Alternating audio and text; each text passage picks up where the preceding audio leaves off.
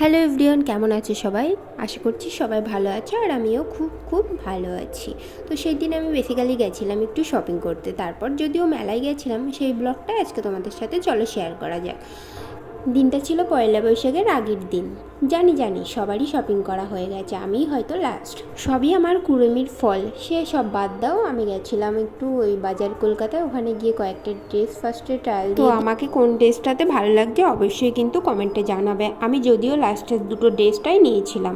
দেন আমি শপিংটা কমপ্লিট করে তারপরে বাড়ি এসে মেলায় চলে যাই। দেখে তো বুঝতেই পেরেছো আমি চড়কের মেলায় এসেছিলাম। সো দেখো কী লেভেলের ঠিক ভিড়টা হয়েছিল। তো চড়ক ঘোরাতে অনেকটাই রাত করে ফেলেছিল, যার ফলে আমার আর কিছুই খাওয়া হয়নি। তার উপরে আবার ঝড়টা উঠে এসেছিলো, তার জন্য আর কি বাড়ি চলে এসেছিলাম। তো আজকের ব্লগটা এ পর্যন্ত, কেমন লাগলো অবশ্যই কিন্তু কমেন্টে জানিও। আজকের মতো ব্লগটা এখানেই শেষ করছি, দেখা হচ্ছে নেক্সট ভিডিওতে। টাটা।